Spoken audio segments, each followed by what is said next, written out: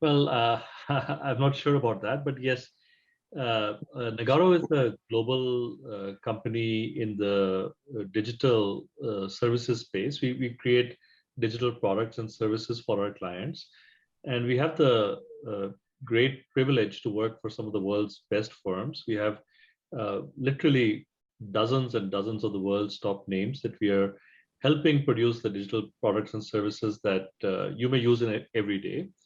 My own background is in engineering. I grew up in the more of the operations management side. And by the way, that was a very good way to connect with culture because you can see then that the kind of culture that maybe, say, a Toyota created with the whole philosophy of just in time and reducing waste and Muda, and then building techniques around it like Kanban or single minute exchange of dies or andon chords, and but then taking it into culture, cell manufacturing, multi-skilling, kaizen, continuous improvement, people owning their quality, not having quality inspectors. So I think in operations management you start to get a sense of this. It depends on how you view it. If you see it as a much more the mechanistic side, you can see that also there are elements of the whole Ford Motor Company,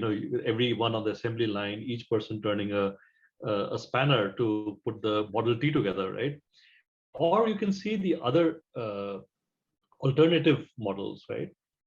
And I have this kind of theory that as our technology becomes stronger and stronger with respect to the kinds of problems we are trying to solve, each individual human being can do more and more, right?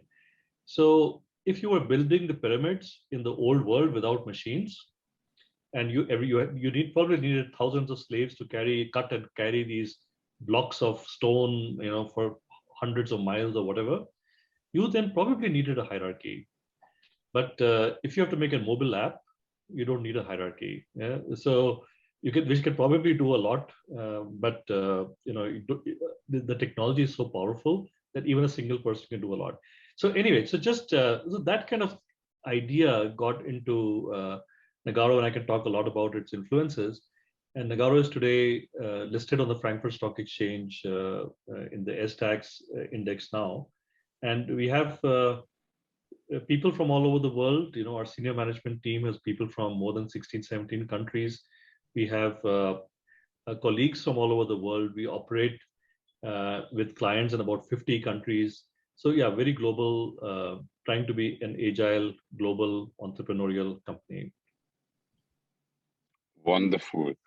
Uh, Manas, when you tell this story with no quality inspection anymore, I know it a bit from the tractor production from a much earlier life. What a revolution that was when suddenly the people, the teams themselves were trusted to deliver the right quality and not anymore an army of quality inspectors. And I still remember the amazing results, namely that the error rate went down so tremendously, that at the end of the day, you indeed didn't need this quality inspection anymore. And Nick, that leads me to this moment also of trust. Yeah, the moment I tell to somebody, listen, anyway, do it now, but Big Brother will be watching you at the end of the day if you did it right.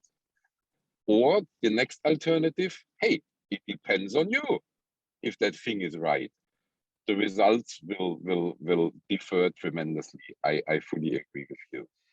Yeah, I think that all of us have this autonomous entrepreneurial urge inside of us.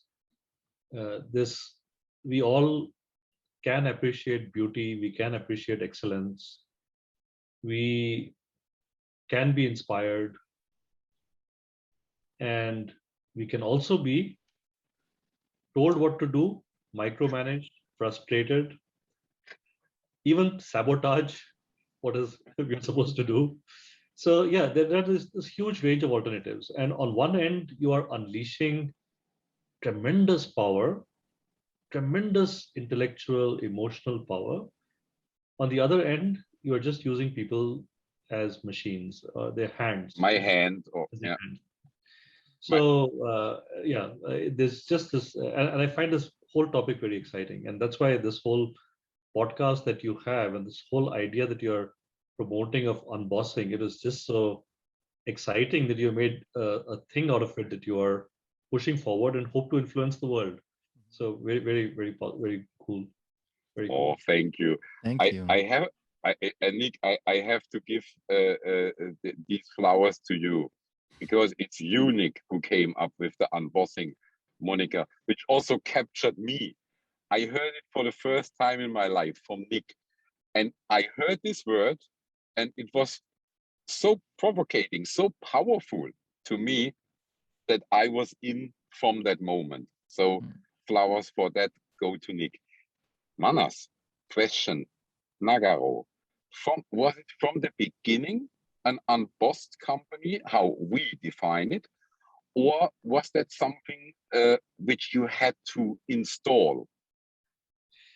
So I think, for us, this whole idea of unbossing is not a religion. Yeah? I think it is very pragmatic. It is just what makes sense. Yeah? It's just what makes sense. I think we always had a very intimate relationship with our colleagues as a small company, like any startup would. And we also realized very early that at least among the founders, and we had 5, 6 founders. My branch of Nagarro had five founders, and we needed to get to a point where we should just we should not wait for consensus or agreement. We should just move uh, and just let people stop us if they felt that we were going in the wrong direction. So that idea of each of us being entrepreneurs and doing our thing and just being careful enough to collaborate was very early on, right? I think there was also a moment of shock when we started to get a bit hierarchical. I remember that there was a project which had some issues, and the client was visiting, a German client was visiting, and we're trying to work through the issues. And before the client visit, I had the senior most boss in that entire, chain create a PowerPoint with, why that there was not really an issue or why it was the client's issue, and lots of slides, maybe 20 slides, 25 slides. And when the client did come, uh, the client just dismissed all of that and said, this is not appropriate. And I got really upset that we were not able to make the client happy. So I left the meeting and I went straight to the floor where people were programming. And I found one guy on the team and I sat down with him and said, this is the problem we are having. What do you think? And we worked for 3 or 4 hours. And 3 or 4 hours later, the problem which had taken maybe 2, 3 months of discussions, etc., was more or less solved, right? Or at least 60, 70% solved. So it at once opened my eyes to the fact that a smart person on the team who's actually doing the work knows a lot more than all these people. And as it filters up the chain, you get more and more noise and less signal very often, especially where a crisis is concerned, right? Positive news, of course, gets amplified, but the crisis gets all hidden away and all kinds of reasons get made. And so this was a big realization, I would say, enlightenment of a sort. Another such thing, of course, I had been in operations consulting in Europe when I was very young. And there too, I saw this, that the silos that were created by these org designs would just lead to there being no communication between these groups, no reevaluation of whether the old approaches still made sense or not, because everyone was in their cocoon, right? And you would see large companies, and you would go in as a young 25-year-old, 26-year-old consultant with the air cover provided by some professor, but you were doing the work. And discover that they were just doing things non-optimally because of org design. Mm-hmm. And so then there was this idea, and these things are happening side by side. And there was this idea that in the in the long run, in the future, there would be a system, an IT system, that would do away with the need for hierarchy because everyone would just communicate, would get all the information they needed from the system, would put the ideas in the system, it would nudge people the right way, and so on, right? So these three threads, the consulting realization, the internal Nagarro realization, and then this idea of a system. I even tried to make that my PhD topic. My professor was not interested, so we didn't do it. But these three all combined later to create what we now have, which is the having it as an institutionalized thing in Nagarro. So to some extent, a short answer to your question, the seeds were always there. I think it took us a while to put it all together. And again, it's not as you started off by saying, it's not a religion. It is at some places you do need some structure, and you do need some minimal structure. But the question should always be, can we avoid it? Can we do without it? And always try to reduce structure rather than add structure. Mhm. Nick, what do you think of that? So because I know what that does to you when you hear Manas saying the org structure as a competitive advantage or as a competitive burden. I know what that does to you, Nick, when you hear that. Yeah, it's something that continuously come back. We see companies invest millions of dollars in innovating new products and services, and then when they think about how are we going to produce and sell these products, they just copy paste the org chart of the best competitor on the market. Whereas the way you design your organization is definitely a means to success. And so I can fully relate with Manas. And I also, my follow-up question was going to be, so what are your internal benchmarks when you're growing the company? But you kind of already answered that one. It's like continuously having that reflection. Do we need structure? And if yes, what kind of structure do we need so that it creates value rather than it blocks the process? Nevertheless, we are conditioned human beings. We've been working in these hierarchical structures for 3,000 years. So I can imagine when you start scaling your business, it's unavoidable that you sometimes go a little bit too far in structure and then you have to go back. And this is also a question that many of our clients have, like, how do we scale this? Can you share some experiences on that? Yes, I have a lot of thoughts sort of rising up as you say this. I think the key thing is to be an agile company, a company that is used to change, Mm-hmm. company that's used to experiment, it's used to build and break.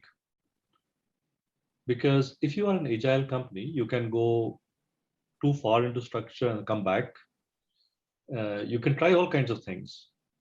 If you are not an agile company, the design that you have is the design that you have, or you change it very incrementally. So absolutely, so what we did take inspiration also from the agile manifesto in software. In software has an agile manifesto, which has some four principles like people and interactions are more important than processes. So that's for interesting principles. And agile as an approach to software development has been very, very powerful, right? So in the software industry, to say that you're thinking of building a flat, non-hierarchical, humanistic company, it's not so weird as it might sound in some other industries, because software has already gone through the cycle of trying hierarchy and structure and realized it doesn't work very well, right? So some folks got together some 20 years ago and came up with this agile manifesto. So what we did was we created our organizational design manifesto, and we said these are the four principles by which we would evaluate every aspect of org design. So for example, I won't remember them all off the top of my head, but for example, that we would prioritize uh, collaboration over competition, right? You can also do well by competition, but you can also say, you know what, let's not have individual targets, let's have group targets, right? And Yes. it's a totally different culture, right? So we had these 4 points, and maybe I can send you the full list later. But Please, that please do that. Yeah. I'll do that. But that became our internal sort of design, right? Now, the beauty of having a flat, non-hierarchical structure also was that as other companies joined us, right, as we acquired new companies, we did about 8 or 9 acquisitions in the last 5, 6 years. It was much easier to plug the entrepreneurs in into this structure, because no entrepreneur who has built a company by himself or herself for 20 years wants to fit in as part of an org structure, right? So we had this advantage, right? And it became gradually, I think people began to realize that the kind of company we were becoming was tightly linked to the kind of promise we were giving to our clients, the promise we were giving to entrepreneurs who joined us. So it was one consistent truth. Yeah, you can't have a fractured truth. Yeah. So if that's exactly who you are and who you want to be and who you're promising to clients, promising to colleagues who may join you, employees, promising to M&A targets, then that's consistent. And that became very powerful. We still have, to be honest, Nick, we still have senior people sometimes join us. And despite our best filtering and I'm a bit worried about the filtering also. We don't want to become a uh, ingrown sort of company where everybody speaks the same and there's no diversity.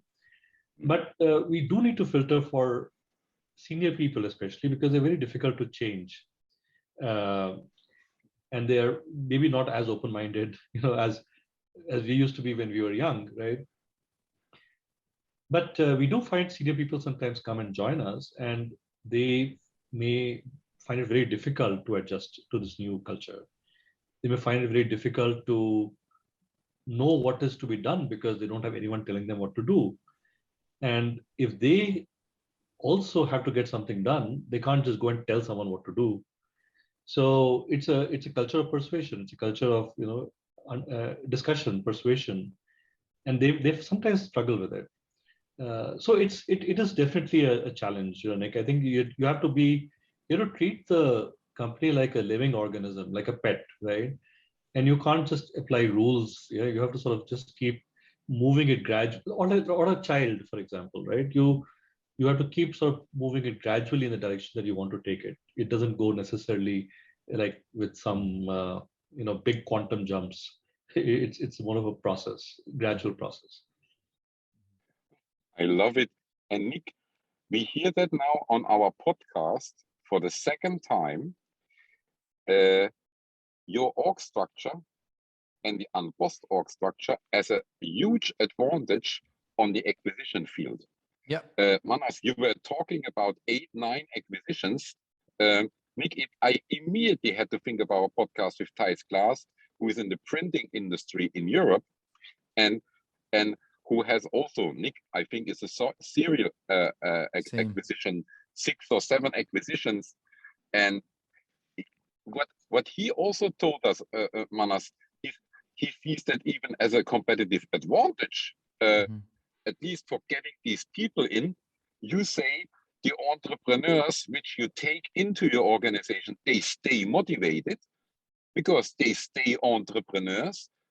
So you are the much more, so to say, attractive company to take them over, right? Did I understand it correctly? Absolutely, 100%, right? So we are not just the right company to acquire them, but their companies, but also we are able to have them stay rather than leave, take the money and leave. And we are able to have them reinvent our organization, right? Because why do you make an acquisition, right? You don't make it, well, we don't make it for customers or some capabilities alone. We want the entrepreneurs to reinvent the organization. So I have this logo on my t-shirt, this Nagarro logo. And this was done by an acquisition. We acquired this company. They were really into design and very very good at understanding branding and marketing, etc. And then they just they came and they redid the logo, right? And a lot of times we have something like this, and it's totally driven from this, again, humanistic idea that in that many of these people know more about things than you do, right?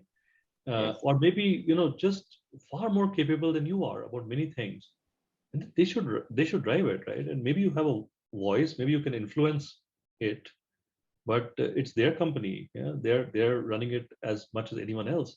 So my role, my title even is, when I say CEO, and we had to say a CEO for the listing, Yeah, I can imagine. Yeah. but we expanded to say not chief executive officer. I don't uh, act like a chief executive officer in any sense of the word inside the company. We call it custodian of entrepreneurship in the organization.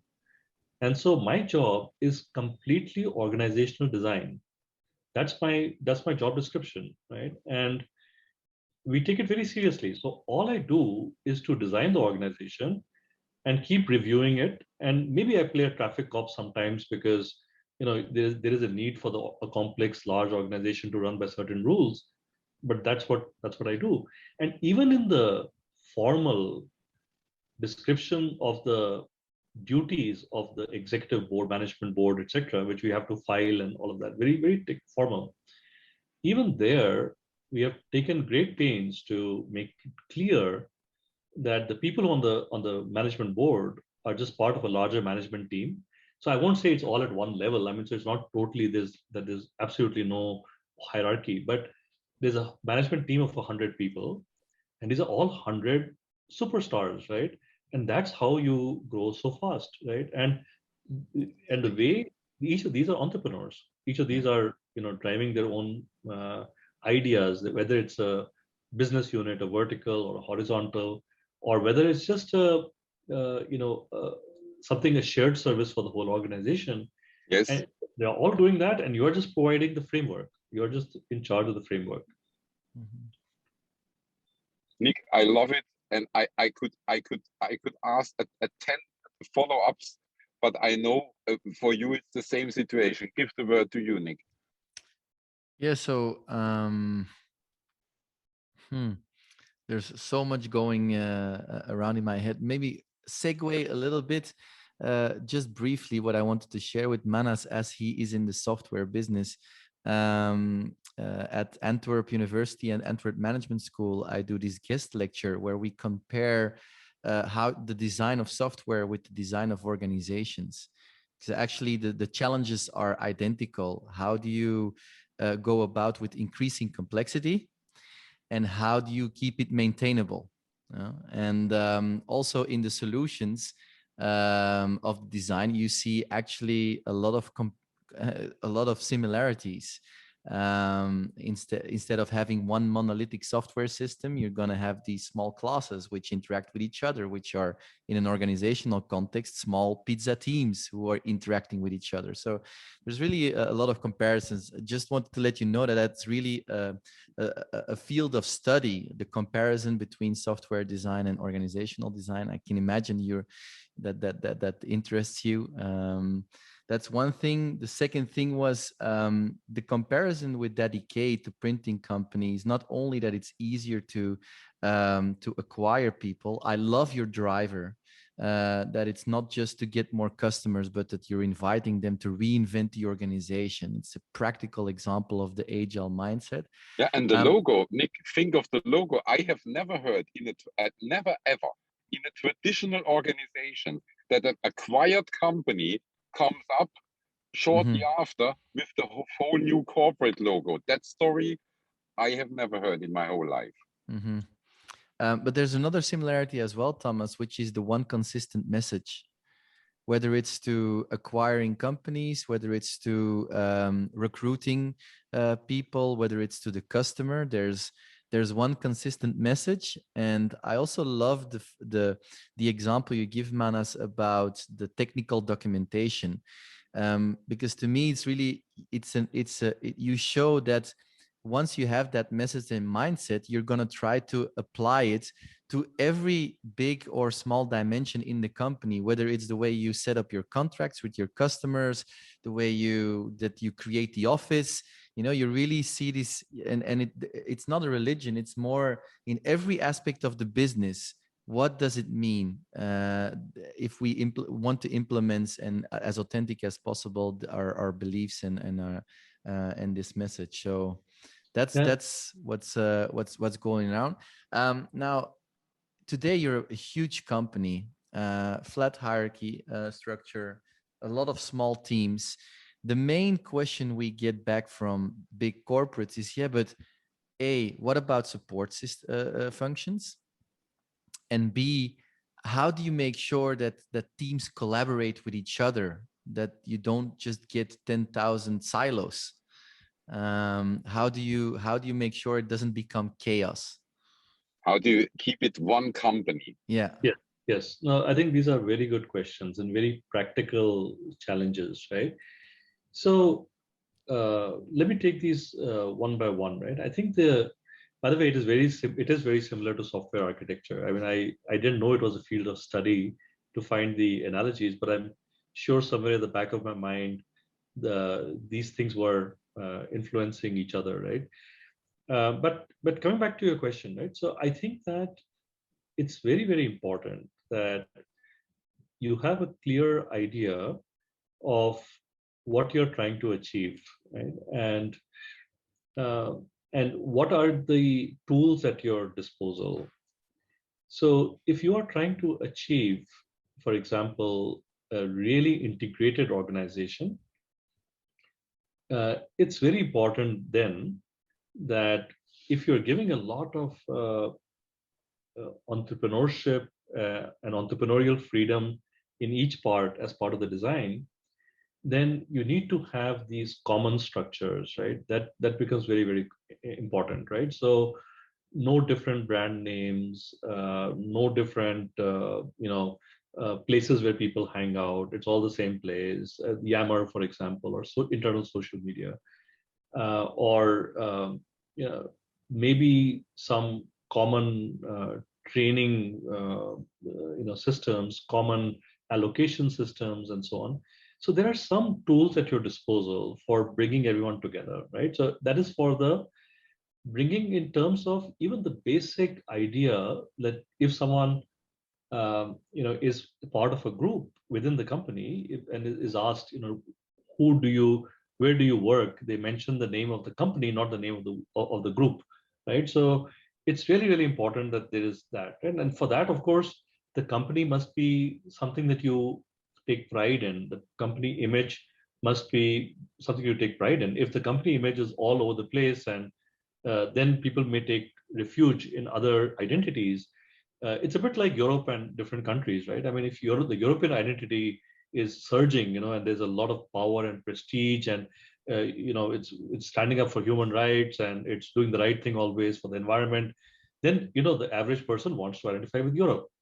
And if Europe is all in tatters, then the average person may want to be a German or a Bavarian or whatever, right? So I think there's a bit of that, right? So you want to play that. So I think there's this support is also very interesting, right? So the support functions have a disproportionate influence in terms of how they affect the whole organization. Typically, organizations may have different divisions and then some common support functions. The support functions have to. It's a very tricky question, so I'll choose my words carefully. I think the key thing is that information is easily available, is made available to everyone as much as possible. Expectations are easily available. The expectations are easily made available as much as possible. The first couple of layers of insights on the data are automated and made available as much as possible,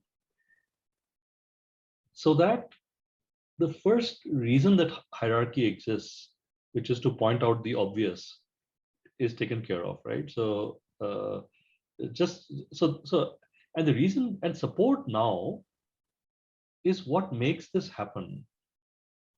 So support now is basically today's day and age is basically data and technology support. I mean, you can say you have finances support, HR support, etc. But all of these are ultimately going to be data and technology support teams, right? I mean, there will be a couple of few finance people, but it's going to be data and technology support. So I think you have to think in your company of employee experience, right? And employee is the wrong word, but since that's the only word we have, but in terms of your colleague experience, right? We say Nagarian experience. And I think you should appoint an internal champion or champions who are constantly looking out for internal experience. It's like an icing on the cake over HR and all the other functions, right? They're looking for experience because ultimately your only differentiation is your employees. I don't even like to use the word, but I'm just using it for now. And how you organize them and how they experience the organization is the only real differentiation you have. Unless you have some patent that you are milking for the next few years, whatever, that's different. But typically, or gold mine, yeah, or gold mine, yeah, that's also possible. But this is typically what you have. So if you have a company X, then you must have a very specific positioning for company X and a specific employee experience of company X. And then the support team is basically delivering the technology and the data for, on one hand, the experience, on the other hand, the insights and automated support and nudges and expectations and deviations and all that. So that support team completely changes. It morphs from being, a set of functions and people who are running their own silos again and trying to command the company to be together, but to a technology team that is providing the experiences and data support to allow this company's vision of empowering its entire employee base to come to life. It's a very, very, very amazing, I think, change in the way we look at employees. See, let me give you one example. If you take Amazon, right? Amazon, you spend 10 minutes at Amazon in a week, let's say, and Amazon grabs you. It wants you. It needs you. It wants to understand everything about you. Do you have a child? Are you married? Are you single? Where do you live? What do you like? What kind of t-shirt? What kind of, are you an Apple person? Android? It wants to understand it completely. We have employees for 40 hours a week and we don't care about them. Yeah. I mean, we don't care about them. We will send the same mail out to everyone in the company, whether the person is one week with the company, 20 years with the company, one man, woman, we don't care about employees, right? So I think the next phase is going to be companies trying to really focus on the experience of their employees and supporting them with data, insights, expectations as transparently and intelligently as possible, so that most of the reason for the existence of managers goes away, and then only the people who can really coach, beyond that are the people who are in these positions, right? So I don't know, it's a little bit futuristic, but I think we're heading in that direction. But Manas, I can't hold it back anymore because I am discussing or have been discussing with internal support teams a lot of traditional companies. And now you gave the answer already, but please, I want to hear it from you. These internal functions, Manas, are they working for you? Are they thinking the whole time, how do we make Manas happy? Or are they working for the employees? So first, it's not the first one, of course. They're not concerned with Manas as a person, right? I Voila. think again, I think again, it's very important that the expectations for the functions are very clear, right? Is it engagement? Is it experience? Is it satisfaction? Is it delight? Is it profitability? Is it error free? Whatever, right? So the set of expectations, set of different expectations, and that again they have it very easy to understand how they're doing themselves, right? And the support functions, of course, are both fall in both camps. They're both the builders and the consumers of this technology infrastructure, right? So they are building it out and also consuming it. But I do believe that it's going to be just like, earlier in 20, 30 years ago, you could put up a bookshop, and if you put a bookshop up at the right place, you did not necessarily have to be, very good at talking to people who came in, etc. And you could do a good job, right? Yeah. Because there was no other bookshop nearby, right? Today, only the very best bookshop will survive. Even number two is a difficult feat. Yeah. Number three is gone, right? You won't go to number three at all unless it's a niche bookshop. What I mean is online bookshop, like Amazon. I come back to Amazon. In the same way, simply providing people a wage, a salary, when they can work from anywhere for anyone, this is gone. It's not going to cut it. No. Gone. It's gone. The last year, it's just destroyed, right? You could be sitting in, Croatia and working for a company in the Valley or anywhere. And this is happening, by the way. And it's dramatically speeded up after last year. Yeah. Also in consulting, by the way, Manas. Also in consulting, yeah. It happens also there. Yeah, it's everywhere, right? So now, what is a company? A company is a set of experiences. A company is and that is what support has to deliver.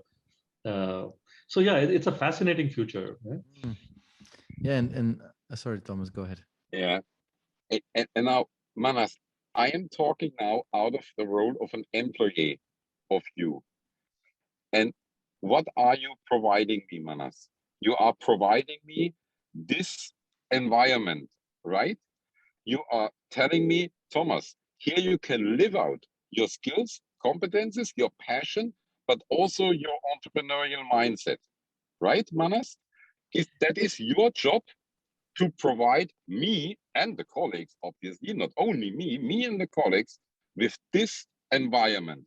This is your main job. Do I understand that correctly? Yes, that is the main job, right? And again, I will just be very frank. I'm not saying that this is the exact way it is happening throughout the organization, right? Because it is possible that there are pockets where there's still some more traditional thinking, etc. But just to give you an example, every month, everyone who joins the company is invited to this call, right? And on the call, we ask them, how are we doing? So we say we are, non-hierarchical. We say we are caring. We say, how are we doing on that? And just get a score of how we are doing on all these different things, and then tell them. And typically, almost all the management team is there, or lots of them are there on the call, and then tell them that every time you sense that we are going against the values that we stand for, please raise a noise, right? Make a noise, because the company's intent is absolutely to give you this caring, humanistic, non-hierarchical, entrepreneurial experience, a global experience. If you see anything to the contrary, let us know. So yes, that's absolutely the Great idea. ritual, Manas. Great Yeah, ritual. it's actually Mhm. it reaffirms for yourself as well the commitment. And by the way, Nick, I'm very nervous that these innovations, while they should morph and adapt and transform over the years, they should not just revert to the traditional when say 10 people leave, yeah, 10 years later, let's say, right? They need to be embedded in the organization. So now we are at the stage where we are trying to figure out how to make this so much a part of the organization that's very difficult to extricate out by one Hmm. leader, two leaders who may be the wrong choices. Mhm. So yeah, so this is uh, That's an interesting one because we have indeed seen cases where the company went through a huge transformation with, I mean, proven success, and then the management is changed, and in 2 years' time, the entire transformation was just thrown away, and the results as well. So I can see where you're coming from, and yeah, I I think also a want to big part thank you for. Yeah, I so with regards to wrap up the support function topic, so it was already very clear to me that support functions were becoming these kinds of internal companies serving the experience of the employees.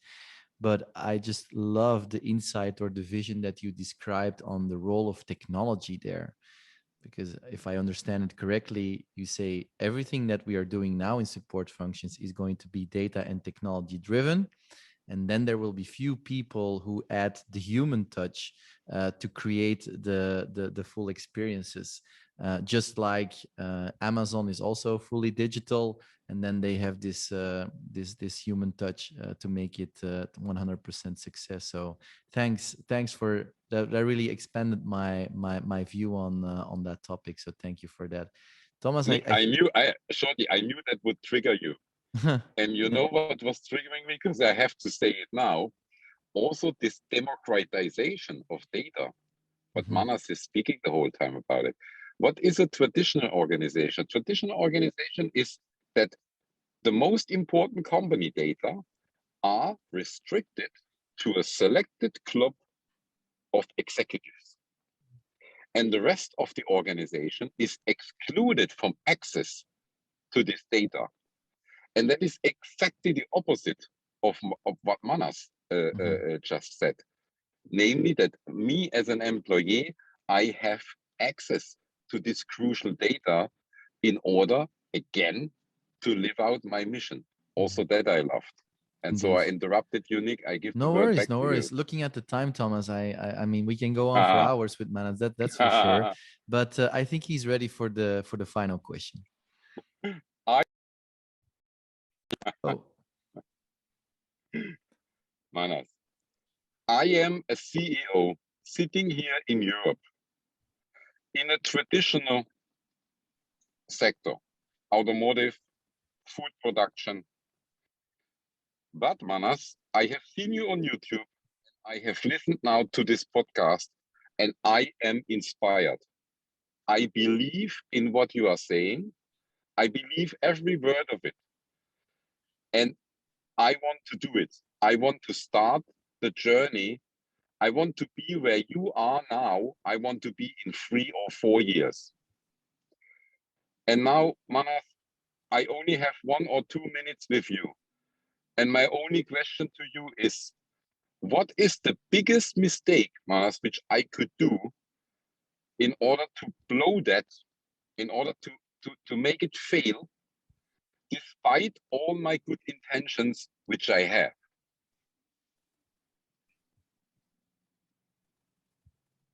I think you could go too fast. Yeah, you could theoretically, but practically, I don't see the reason to fear. I think, there are many small things you can start by doing, change the titles, change the structure. We don't even have an org in our company. We don't even have an org chart. Do away with org charts, think in terms of circles, change the way of thinking. And I think the only thing I would say is that you could go too fast and you could not have a handle on data, right? It's very, very important for you to be able to see, especially in a flat organization which doesn't have this sort of pyramid, to be able to see data and how it fits together.